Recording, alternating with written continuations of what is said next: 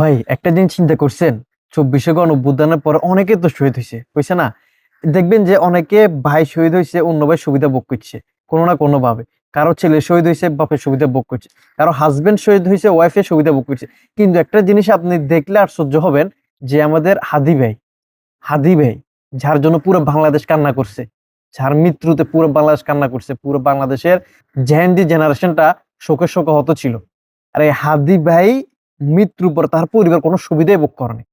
সুবিধা ভোগ করার তো দূরে থাক, তারা এখন ইনসাফের জন্য লড়ে যাচ্ছে।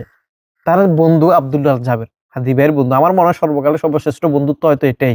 ওই ছেলেটা এখনো পর্যন্ত রাস্তায়, শুধু একটা বিচারের আশায়।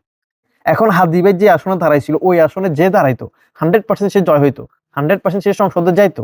কিন্তু না, হাদির পরিবার থেকে কেউ যায় নাই, হাদির বন্ধু বান্ধব থেকে কেউ যায় নাই। কারণ হাদির যে ইনসাফের কথা বলছে, যে ইনসাফের জন্য লড়াই করছে, যে ইনসাফের জন্য জীবন দিছে, এটা ভাই অনেক দামি জিনিস।